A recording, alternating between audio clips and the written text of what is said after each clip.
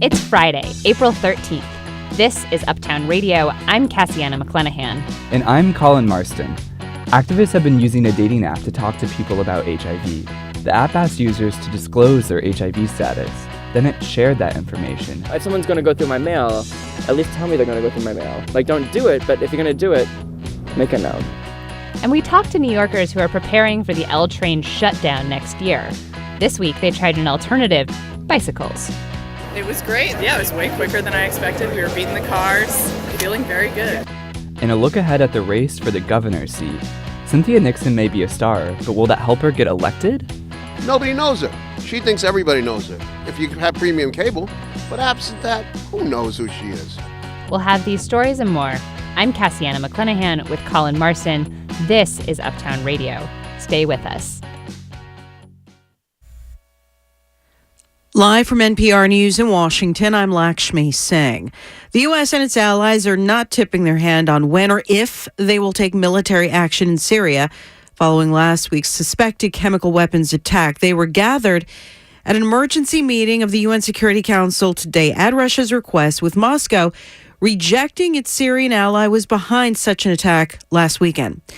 U.S. Ambassador Nikki Haley called Russia out for vetoing resolutions against Syria's Assad regime multiple times. If Russia had lived up to its commitment, there would be no chemical weapons in Syria, and we would not be here today.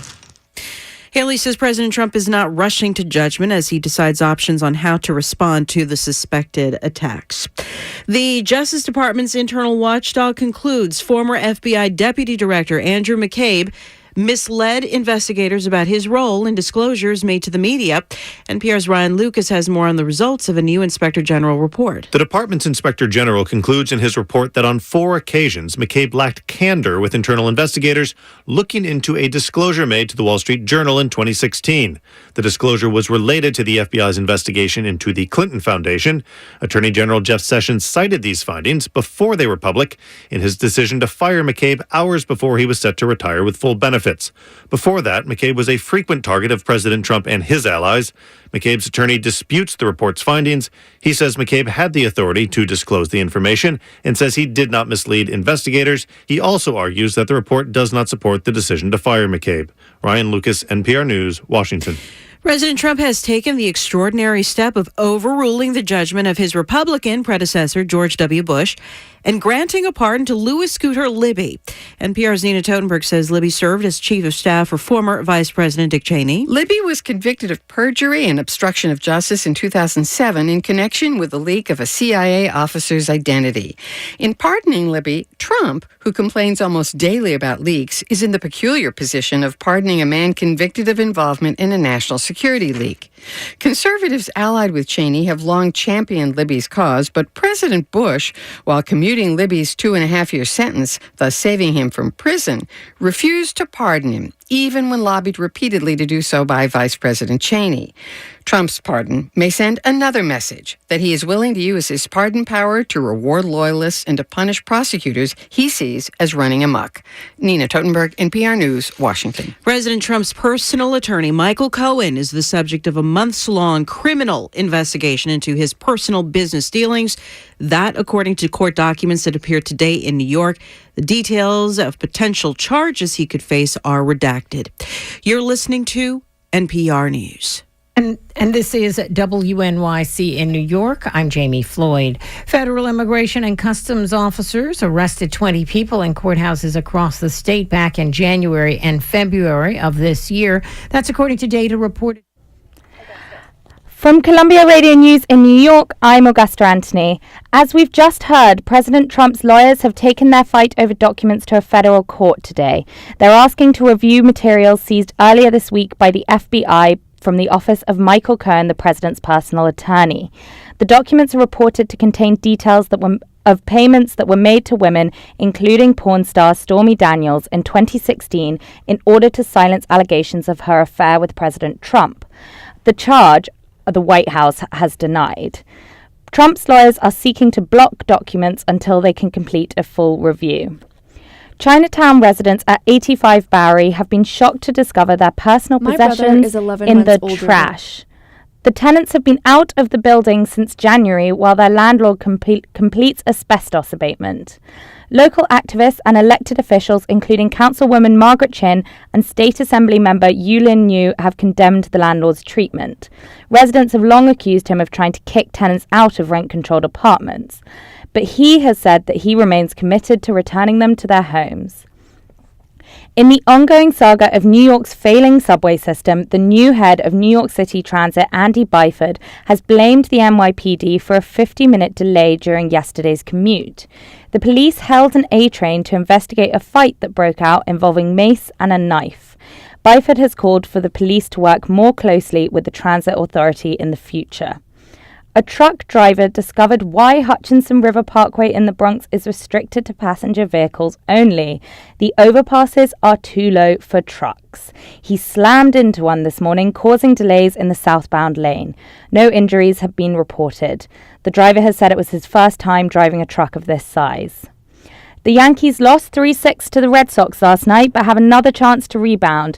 There's a game against the Detroit Tigers kicking off at Commercia Park tonight. And spring has finally arrived in New York, dramatically. The temperature is currently at 80 degrees in Central Park, but things will be back to normal with rain forecast for Sunday. Augusta Anthony, Columbia Radio News. Earlier this week, the New York City Housing Authority took a big hit.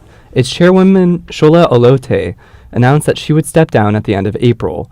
That's following a months-long scandal about lead paint and a lack of heat and hot water inside the city's buildings.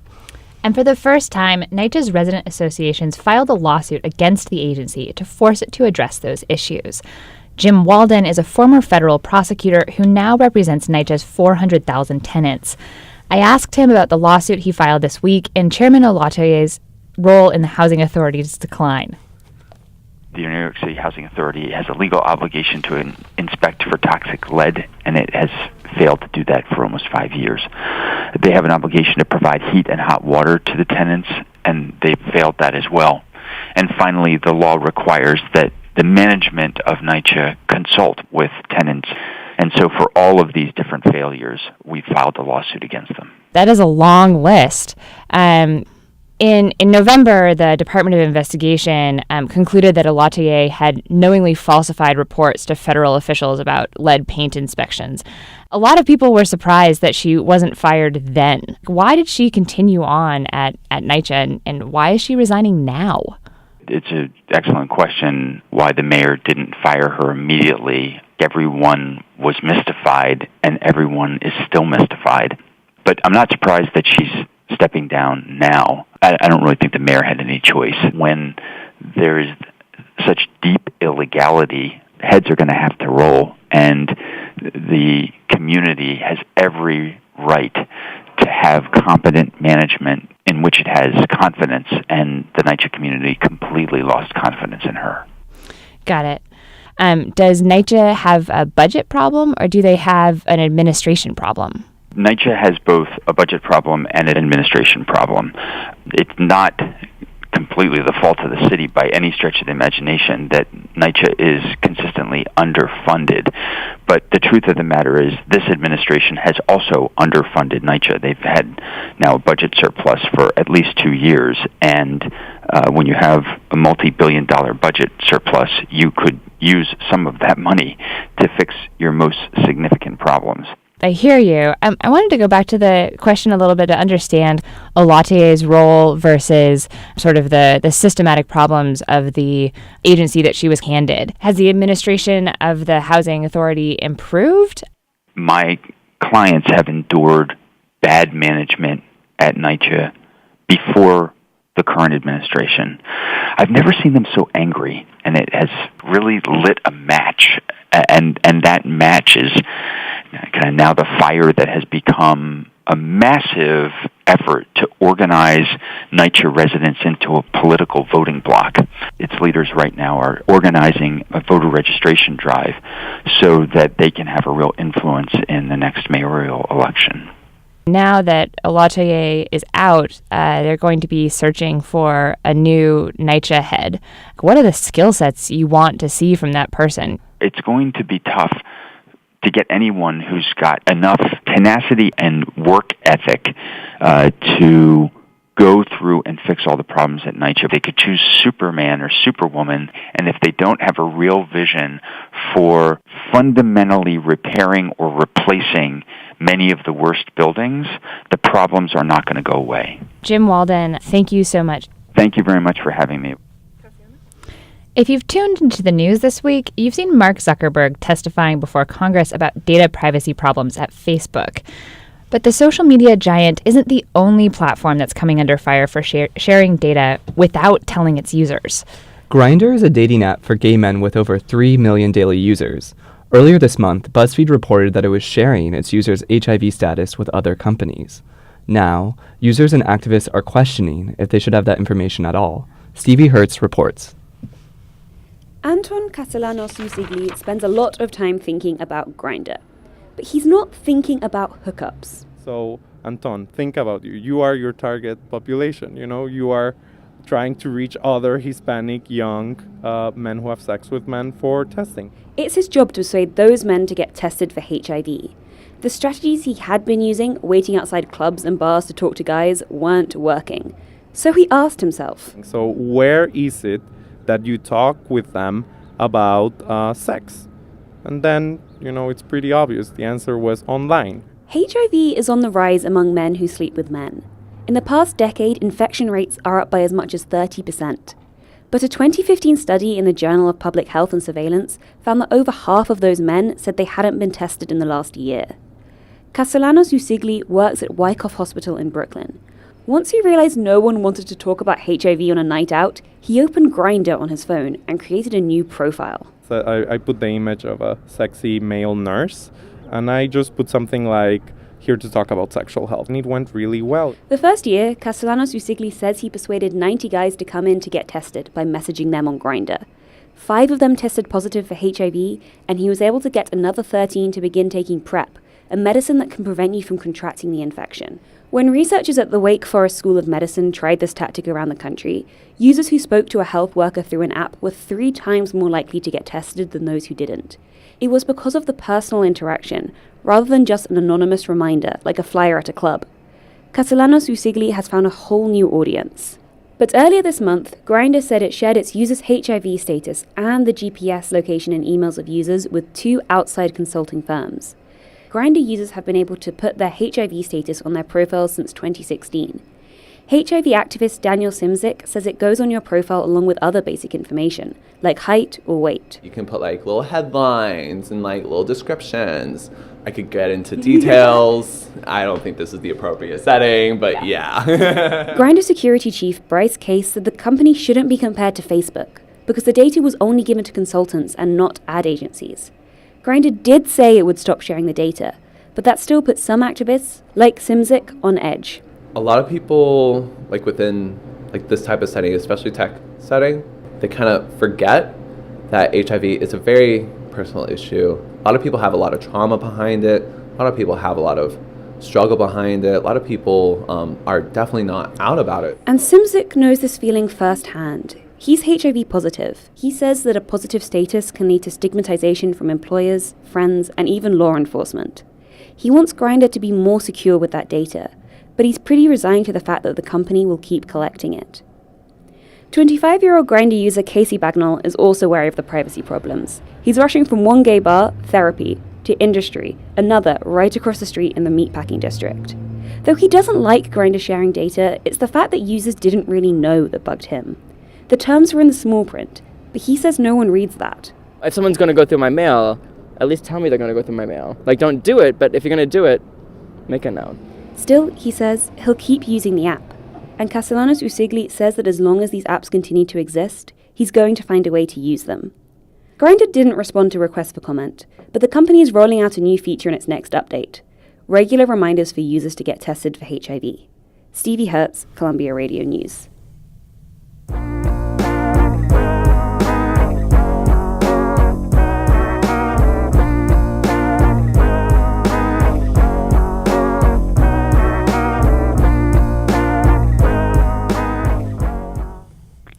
Here in New York City, there's a sprawling network of ultra-Orthodox schools. Tens of thousands of students go to these yeshivas, and a new law passed this month gives the state less oversight over them.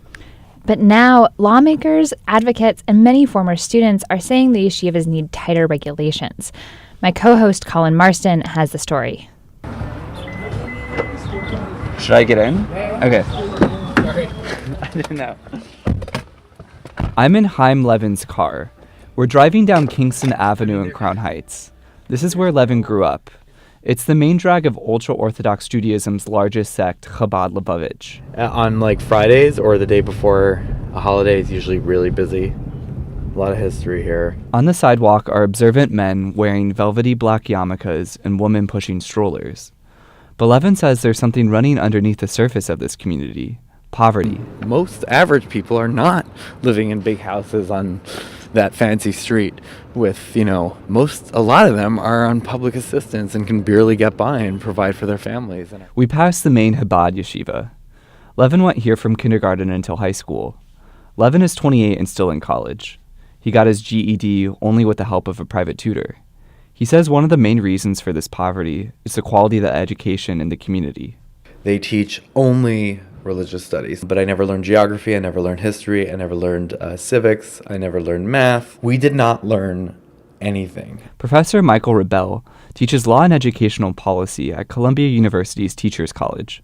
He says yeshivas, like all private schools, are supposed to meet the standards of public schools. In New York, we have this phrase substantially equivalent, and essentially that says that the secular curriculum in all private schools must be substantially equivalent to what's taught in the public schools. But in ultra-Orthodox yeshivas, the state has dropped the ball. It actually has not been enforced very well in New York State. Very few superintendents even know they have to do that, let alone actually carry it out. Hasidic education advocates say the city hasn't been doing much either. Naftali Moster of the nonprofit Yafed brought a complaint to the city council in 2015. 2 years later, nothing has happened. The city has been a huge disappointment, and particularly Mayor de Blasio.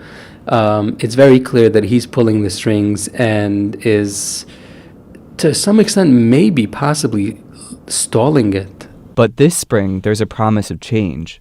State Education Commissioner Marianne Elia plans to roll out new, tougher guidelines in May.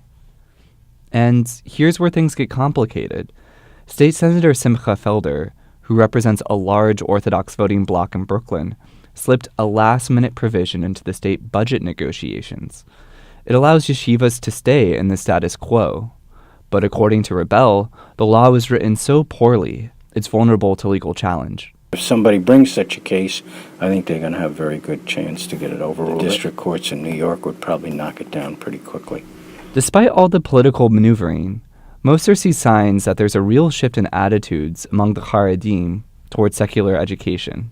There are more and more Hasidic parents who are speaking up and being really turned off by the way their leaders are responding to it. So I think that if we persist, the government will come around and will enforce it much more properly. Levin sees change too.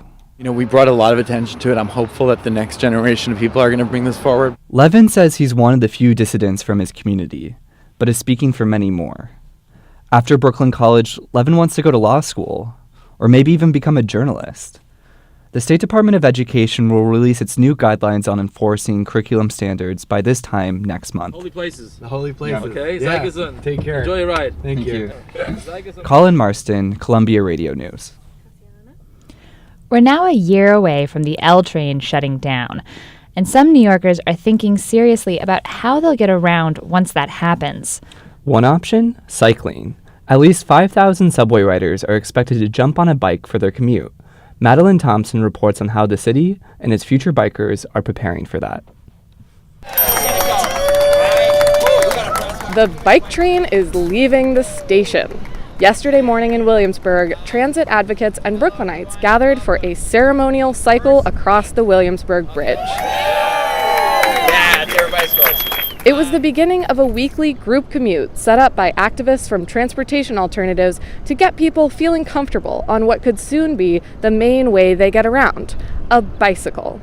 Luke Olson, one of the organizers, addressed the crowd. Good on MTA and DOT for having the plans that they do have. Grand Street, which is right behind us, is going to have at least one protected bike lane. We're hoping both sides are protected. We're going to have 250,000 people that are not going to have their main commuting option, and we need to provide those solutions. The Department of Transportation expects bike ridership to double at a minimum once the L train is out of commission. Its plan to accommodate cyclists includes putting a protected bike lane on 13th Street that will separate riders from the flow of traffic with a barricade of parked cars. Safety is a big concern for bike train rider Catherine Pinehart, who usually only cycles near her apartment in Brooklyn. This will be my first ride into Manhattan, so I'm a little nervous this morning. So what's kept you up until now from taking longer rides? I would say that as a cyclist, I'm keenly aware of the danger that we face on the roads. For example, biking from Bushwick to Williamsburg last night, I had a couple of close calls on roads that didn't have bike lanes. The risk of being killed or seriously injured on a bike has decreased by a lot since 2000. The city's expanding network of bike lanes has helped, and so have the thousands of cyclists taking advantage of them. There really is a safety in numbers phenomena that applies here. That's attorney Peter Beadle. He represents cyclists and pedestrians who've been injured on the road. He's seen cyclists whacked by opening car doors, hooked by cars making left turns, and hit head-on by drivers not paying attention. But he thinks most of those turning to cycling will already have some experience with it. The rest, the lion's share of commuters, will probably take the bus. We really need to put the emphasis on buses, and then after that on bicycles. Some people really disagree with that last part. Daniel Caton is a commercial real estate broker who says this city has already made far too much space for bikes. They've taken away all the parking spots, and the parking spots that are available, $50, $60 for the first half hour. It's ridiculous. A few years ago, Caton conducted an informal study of the businesses along First Avenue after it got a protected bike lane. He says owners told him fewer parking spots had led to fewer customers. Nancy Villela, a Brooklyn resident, has concerns too, but hers come from experience as a pedestrian. She says cyclists often don't follow the rules of the road. It's definitely a safety issue here. Will you ever catch her on a bike? Never. Back at the bike train, organizers made sure to tell people to obey all traffic laws. Blasting energetic music, the group took off, whooping and choo-chooing towards Manhattan. I caught up with Catherine Pinehart, the nervous cyclist, on the other side of the bridge. It was great. Yeah, it was way quicker than I expected. We were beating the cars. Feeling very good. You'd do it again? Absolutely. Awesome. And she'll be able to, with the bike train, every Thursday morning from now until the L shuts down next spring. Madeline Thompson, Columbia Radio News.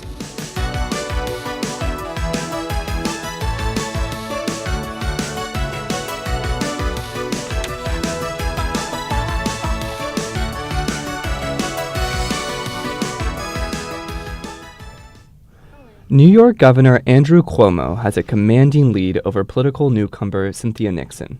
That's according to an NBC Marist poll released yesterday, which shows 68% of Democrats in the states favor Cuomo. Nixon was at 21%. If you're not familiar with Nixon, maybe this will help.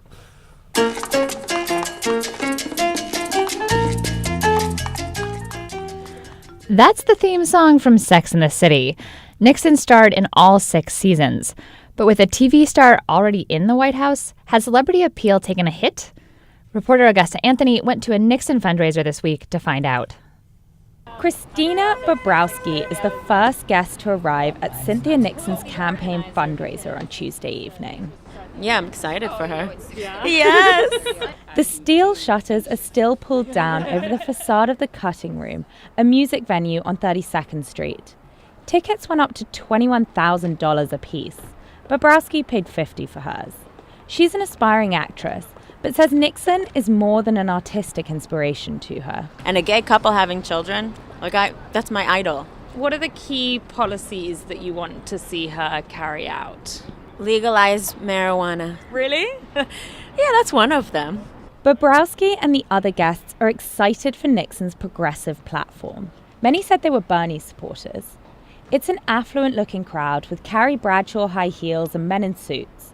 They're unfazed by Nixon's celebrity. Politicians were always celebrities, so now the lines are just blurred. Soon, the shutters roll up to reveal a guitar perched jauntily in the window and a dark bar inside. 30 or so guests pile in. I've asked veteran campaign consultant Hank Scheinkoff to come along, and he's not impressed. We're standing outside a fancy venue. The fundraiser is supposed to have started, and there's no line out the door. Not a good sign. Carrie Bradshaw would not show up to this party. And Miranda wouldn't either. Sheinkoff knows New York politics and says that there are some political rules that even a celebrity can't break. Insurgents generally don't win. It's almost impossible to defeat an incumbent governor in a primary. Let's go back and look at the history. Governor Cuomo's last challenger got just 30% of the vote, compared to Cuomo's 60%. Sheinkoff says being a celebrity won't buck the trend. And anyway, Nixon's just not famous enough. Nobody knows her. She thinks everybody knows her. If you have premium cable, but absent that, who knows who she is? Ronald Reagan, Sonny Bono, Jerry Springer, Arnold Schwarzenegger. These celebrities were able to turn their star quality into political success. Henry Schaefer ranks celebrities at the Q-Scores company. The last time he measured Nixon, back in 2015, only a quarter of respondents knew who she was. And he says her overall appeal is also low. Let's put it this way. There's something about her personality that seems to be limiting her likability. Schaefer says even though President Trump had low ratings, he was able to cultivate a brand around his lavish lifestyle and extreme wealth. Barbara Perry is Director of Presidential Studies at the University of Virginia. She agrees the Trump brand played a role in his election. We don't have royalty. American celebrities are our royalty, and we not only make them politicians, but we also make our politicians into royalty. So Perry says there will be voters that turn out just for Nixon's glamour. But she says the interesting question in this election is whether Trump's unpopularity will affect how New York voters perceive another celebrity candidate. I don't think people in this cycle will vote for someone just because they're a celebrity. Kenneth Walsh is author of Celebrity in Chief, A History of Presidents and the Culture of Stardom. I think that President Trump has had such an effect on this notion we have of celebrity in politics and the celebrity factor that people are going to be paying attention now to very much what the candidates say. And back at the fundraiser, while many said they were there to hear Nixon's politics, as she leaves, some are busy calling her name. Okay, Cynthia, one quick, Cynthia. They just want to get their DVDs signed. Augusta Anthony, Columbia Radio News. And now we return to our commentary series. We've heard stories about coping with unexpected loss and what it's like to have a cockroach for a roommate. This week, we turn to Mira Gable, who reflects on her relationship with her brother. My brother is 11 months older than I am. We were always mistaken for twins. When we were teenagers, we would get into fights. Once, he put me in a headlock. As I struggled to get out, his elbow jammed into my face and gave me a bloody nose. I took pictures of the blood and texted them to my mom, hoping it would get him grounded. Minutes later, we were sitting side by side, watching The Office, laughing. As we grew up, our lives started to part. I made honor roll for the first time. Jonathan was suspended from school for fighting. I got accepted to college in San Francisco. My brother was living at home, using drugs, until my mother kicked him out. Jonathan drifted around the country between family members until he had nowhere to go but the streets. He was homeless in San Diego for about 2 years. By then, he had been to jail a few times. He was also diagnosed with depression and had stints in various psychiatric hospitals. That's when I asked him to move in with me in San Francisco, to add some stability to his life. The day he arrived, we were on the bus. A few seats away, a homeless woman was begging for someone to help her tie her shoes. Her legs were swollen, and she couldn't bend over. Jonathan got up, without hesitation. In that moment, I saw my brother for who he is, thoughtful and humane. A couple days later, money went missing from my wallet. Then I caught him stealing from my roommate. I told him he had to leave, or we would both get kicked out. He didn't resent my choice. Since then, our relationship has been mostly on the phone. When Jonathan was either homeless or in jail, my family members would call me whenever they wanted to find out anything about him. One day, I got a call from Jonathan. He told me he'd just been sentenced to 4 years in prison. My parents didn't know until I called them. After a while, anytime I got a call from my family, I knew they wanted to know about Jonathan.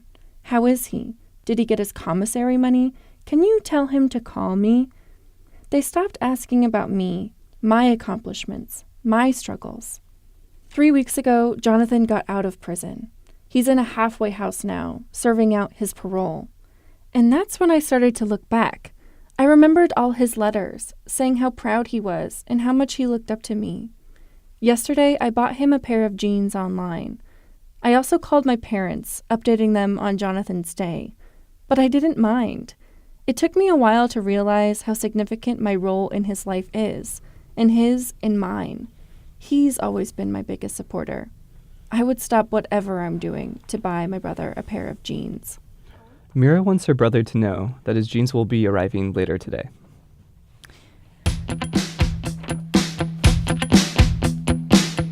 This is Uptown Radio. I'm Cassiana McClenahan. And I'm Colin Marston.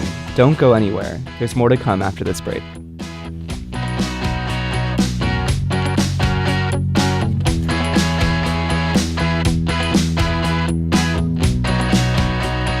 Welcome back to Uptown Radio.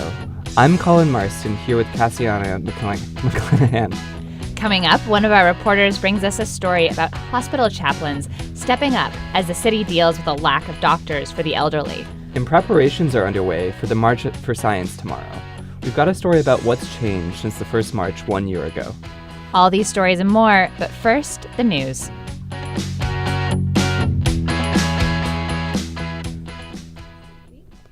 For Columbia Radio News, I'm Stevie Hertz. The UN Secretary-General Antonio Guterres has said that the Cold War is back with a vengeance at an emergency meeting of the Security Council. The US and Russia traded barbs over an alleged chemical weapons attack in Syria. Russia accused the US of creating a pretext for an attack on Syria, while American Ambassador to the UN, Nikki Haley, responded in kind. Haley has also accused the Syrian government of using illegal chemical weapons at least 50 times since 2011. This number is far higher than the one that has been publicly confirmed.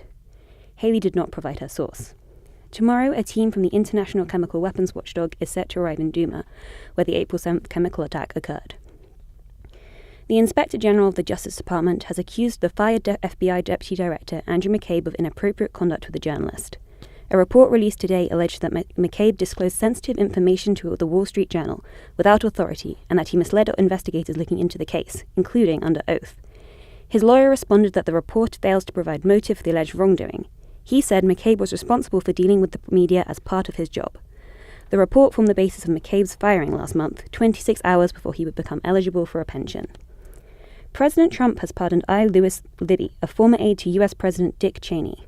Known as Scooter Libby, he was convicted in 2007 of lying to investigators and obstruction of justice over the leak of the covert identity of a CIA officer. No one was ever charged with the leak itself. President Trump has previously raged against leakers, but in a statement, the president said that Libby had been treated unfairly by a special counsel. A Girl Scout troop exclusively for kids living in New York's homeless shelters has filled their aim of selling 6,000 boxes of cookies out of a stall in Union Square. This is the first time Troop 6000 is selling cookies. It was formed last year by Mayor Bill de Blasio and the Girl Scouts. Previously, homeless children have been unable to join the Girl Scouts because of residential instability. The Dow is down 200 points to 24,200, and the March for Science will disrupt traffic in downtown Manhattan on Saturday, but public transit is expected to operate as usual. Currently, there are no delays on the subway.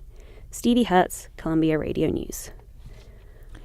In other Facebook news, European regulators will implement a new law next month to protect social media users' privacy in the EU. The law is called the General Data Protection Regulation. In his congressional hearings this week, Facebook CEO Mark Zuckerberg suggested Americans could benefit from these new European protections. I talked to Scott Shipman, who teaches privacy at the Santa Clara School of Law. I asked him what exactly the European Union is doing and what it means for users. In Europe, they have an overarching framework for privacy. And what it requires is both clear expectations on how information is used, that's the anticipated uses, right? And they require the second half, which is accountability. Do you think Europeans think differently about privacy than Americans do? In Europe, particularly after much of the profiling that happened during World War II, the European region determined that profiling created certain evils and enabled certain atrocities that they did not want to live through again. And so as a result, they created privacy as a fundamental human right. and therefore provided an ownership interest by the data subject, the person, in their information.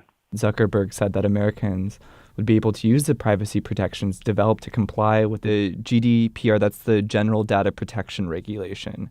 It wasn't clear.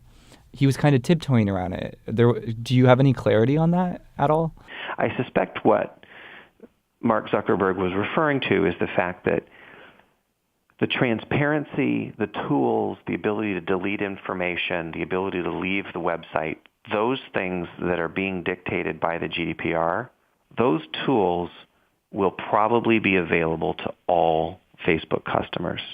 However, I suspect, as is also the case, that legal rights and recourse will only benefit European citizens who benefit from the law. And I suspect that where there are legal rights for Europeans, that they probably won't extend those legal rights to other customers who don't reside in Europe, because that would be additionally constrictive on the Facebook business. Do you use Facebook? I absolutely use Facebook. Has the recent wave of congressional hearings or the Cambridge Analytica scandal changed the way you use it at all? Nope, not one bit. Can you say why? I don't view the comments and the material that I provide to Facebook as confidential, and therefore what has transpired over the last month or so and what we've learned about Facebook doesn't really impact my usage. Scott Shipman, adjunct privacy faculty at Santa Clara School of Law, thank you so much. Hey, my pleasure. As we've heard, the second annual March for Science is set to kick off tomorrow morning. There will be demonstrations in Washington and hundreds of other cities around the world, including right here in New York. The first march came right after the 2016 presidential election, when the scientific community marched to protest an administration they saw disregarding scientists and their work. 1 year later, organizers are still trying to create a sustainable movement. Reporter Dan Rabb asked New York marchers whether their political experiment is yielding the results they were looking for. Ingrid Paredes is a 27-year-old PhD candidate in chemical engineering at NYU. She's also one of the chief organizers of the local March for Science. So after opening her lab for a coworker this morning, she's been busy hanging posters around Washington Square Park. I was going to get coffee, and then I noticed that there's this side classroom where I have not flyered. So we're going to flyer inside the classroom. Ingrid is one of the leaders of this year's event. But at the original march last year, she was actually a first-time participant. I'd never been to a march before, so this was kind of like a march light that I thought would be a good experience for me. And people were just like pretty silently marching, and then all of a sudden someone screamed, "Cite your sources," and everyone went wild. It was insane. Ingrid says she's an example of how the March for Science has motivated the scientific community to speak out on issues important to them. But by some measures, their movement seems to be losing momentum. There will only be about 300 science marches around the world tomorrow, as opposed to 600 a year ago. And she says the Trump administration remains adverse to many of the march's goals, such as action on climate change and the government's study of gun violence. But organizers like David Cantor, the NYU chemist who's leading this year's march, say their efforts are producing results. What scientists did, at least, was in part responsible for the fact that the National Science Foundation has in fact seen an increase in funding, that the EPA hasn't been vastly defunded.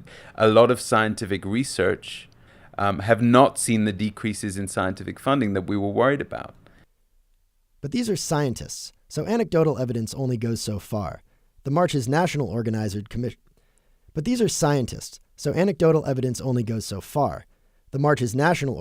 commissioned a study showing that the march has been effective in engaging the public in political advocacy. According to the study, over 80% of those who supported the march intended to contact government officials to advocate for science, and nearly every marcher planned to take part in science activism in the future. But some experts say this study is flawed. Michael Healy is a professor of political science at the University of Michigan. So as a matter of advocacy, that's very important and valuable. As a matter of science, that's actually problematic. And Healy studies the effectiveness of social movements, including the March for Science. He says the study only surveyed the movement's most intense supporters. So as a result, the sample that they get really only tells them about the intense supporters who are signed up for their mailing list. It doesn't really tell you about the March for Science in general. Regardless of what the surveys show, organizers like Cantor say they've seen the march change the scientific community in important ways. There is kind of less of a taboo within the scientific community to be a public advocate for science. The New York City March for Science will start at Washington Square Park at 9 a.m. tomorrow morning. Dan Rabb, Columbia Radio News. The baby boomer generation is growing older, which means there's now a huge demand for geriatricians. But here in New York, there's a big lack of doctors who specialize in managing long-term and end-of-life care, about half as many as the state needs. But as Sarah Wyman reports, hospital chaplains are stepping in to fill the gap. Saigon Glassing looks like a doctor. He's wearing black scrubs and sturdy sneakers, and a plastic name tag is clipped onto his front pocket. But if you take a peek inside the medical bag slung over his shoulder, you won't find a stethoscope or a thermometer. Let thoughts come, let them go. You might find a Buddhist singing bowl. Oh, I'm hungry, come back to the bell. I'm bored, come back to the bell. Glassing is a Zen Buddhist monk and a palliative care chaplain at New York Presbyterian Columbia Medical Center. He works with patients, many of them seniors, who have chronic illnesses. They're not at the hospital to be cured. They're there to manage pain, seek support, and find ways of improving their quality of life. And that's where the singing bowl comes in. You walk into any ICU unit and there's constant noise. The lights are constantly on, very little windows, so it's a very disorienting experience. If I can create a space, a healing space in that moment wherever we are, that can be a very healing experience. Glassing calls this the woo-woo part of his work, the Buddhist monk stuff. And that's what comes to mind for most people when they think about chaplains, the religious side. People think like, oh boy, the chaplain's here. I didn't ask for a chaplain. I wonder who sent the chaplain in, and I'm wondering what that means. Like, am I dying? In fact, you don't have to be dying to see a chaplain.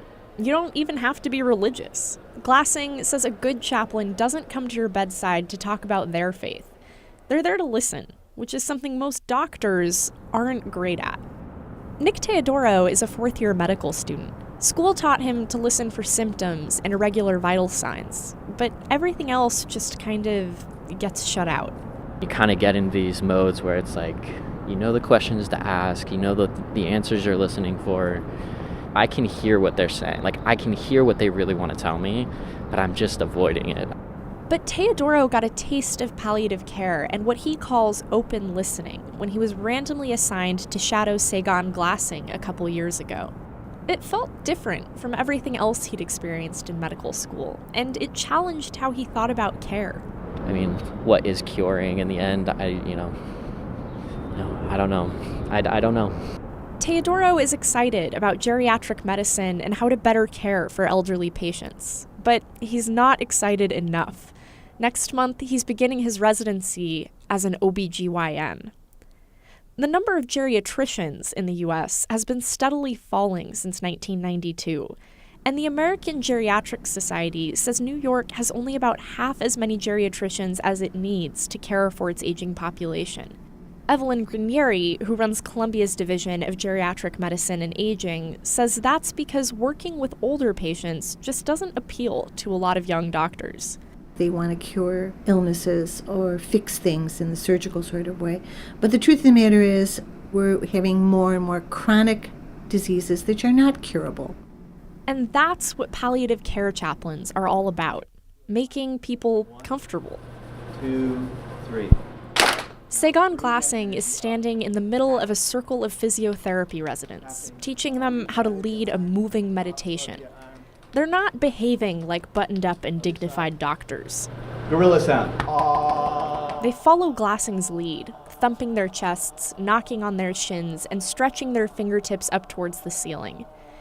You can feel the tension in the room start to melt away.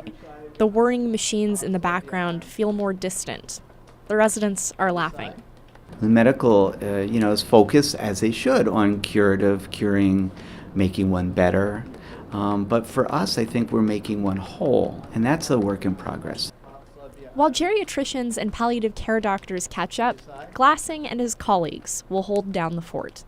Sarah Wyman, Columbia Radio News. A slice of New York City history was up for sale last night. Bidders offered thousands of dollars for doors to the room of the iconic Chelsea Hotel. Joni Mitchell and Thomas Wolfe were two of the big-name guests who stayed in the rooms behind those doors. Wendy Rhodes reports from the auction. This is a story about doors, 55 of them, discarded during renovations of the iconic Chelsea Hotel, a place where the likes of Andy Warhol, Bob Marley, Mark Twain, and Jackson Pollock once called home. But Cheatham Tankhoot knew that even stacked in the garbage, the doors were something special. And we knew the cultural and the artistic history and significance of the hotel. We were madly in love with these doors, so we protected them. Tankhoot struck up a friendship with a homeless man who'd been evicted from the hotel.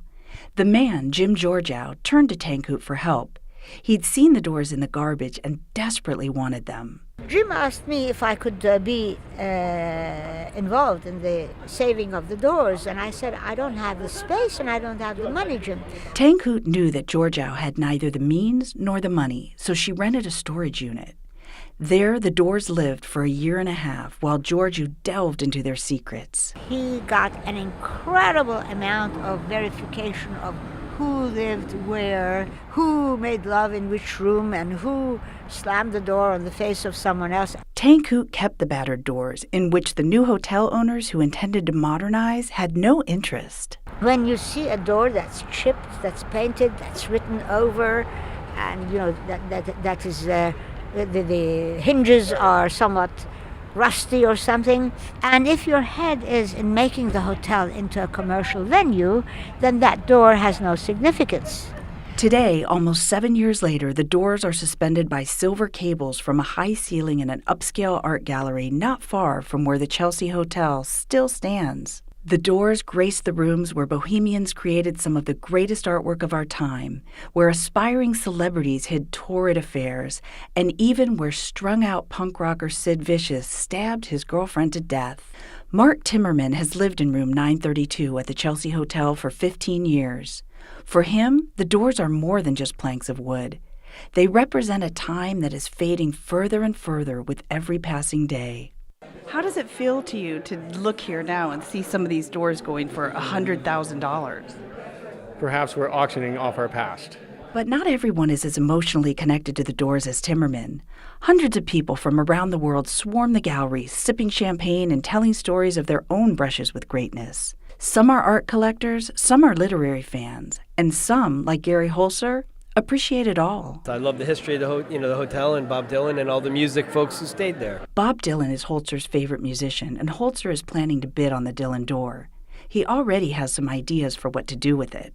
Either hang it on a wall or perhaps turn it into a coffee table. A coffee table? Maybe.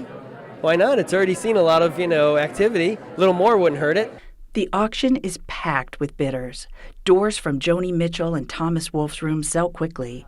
They even auction off a door from Jim Morrison's room, an actual doors door. But when the Bob Dylan door comes up, the energy in the room almost ignites. And just like that, the end of an era. Dylan's door sells for $100,000. But Holzer isn't cheering. You didn't do the $100,000, no? I didn't. On the way out, I run into Cheatham Tankhoot again. Her days as the door's keeper have long since passed. She peers up from her tiny 5-foot frame with tears in her eyes. Well, I feel like a mother who has children who are going away to college. I want them to stay desperately, but at the same time, I know that they have to go. And they do. Going, gone. All 55 of them. Wendy Rhodes, Columbia Radio News.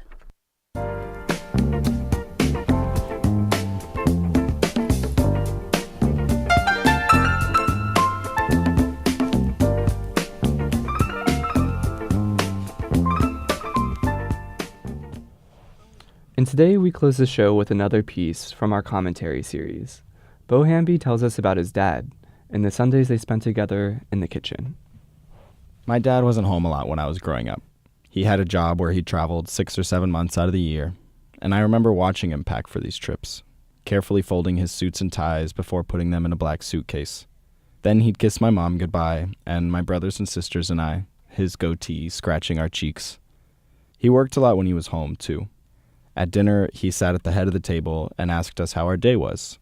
I asked him about work, because that's all I really knew about him. And while I didn't know much about my dad, I did know one thing. He loves mostaccioli. Mostaccioli is a pasta sauce that cooks all day, sort of like a sweeter, richer bolognese. And it's my family's secret recipe, one generation teaching the next, never writing it down. I also love it. So I ate a lot of mostaccioli growing up. My dad made it every Sunday he was home. I remember watching him cook the sauce when I was 6 or 7. Me sitting in the kitchen eating a grilled cheese, him wearing a stained Stanford football t-shirt, chopping onions. He poured tomato sauce into an old black ratty pot. I wondered how he had managed to memorize such a complex recipe. Years passed, and my dad still traveled a lot. The distance between us remained, too. But as I grew older, I gained more courage, enough to ask my dad to share something with me, to teach me to cook mostaccioli. The next Sunday, we went to our local grocery store after church. Usually, I would have made a beeline straight for the Oreo ice cream sandwiches I loved, but this time, I watched as my dad picked out cans of whole tomatoes, as the butcher wrapped up the tri-tip, as he picked out a stalk of celery, bulbs of garlic, and 1 green bell pepper, and the secret ingredients, the spices. Back home, he walked me through each step, sautéing the vegetables before the meat, then throwing it into that old black ratty pot with the tomatoes. That uncertainty, that distance between us, started to fade. He grabbed a wooden spoon and stirred it all together, then placed the lid on the pot. These days, I've been away from home a lot too. My dad is 67 now, and he still travels a lot for work. But now, I understand why he has to spend so much time away, and that he feels that distance too. That distance faded away again when I went home this past Christmas. My mom picked me up from the airport. It was a Sunday. On the way home, we stopped at a grocery store. I walked the aisles, picking out cans of tomatoes, the tri-tip, the stalk of celery, and 1 green bell pepper. My dad flew in a few hours later. The smell of mostaccioli greeted him as he walked in the front door. He put his bags down and kissed my mom hello. Then he walked into the kitchen. That's where I was, stirring the mostaccioli in that old black ratty pot, just like he taught me. Bo still cooks mostaccioli whenever he can, and he wants his dad to know that he'll take the secret of the spices to his grave.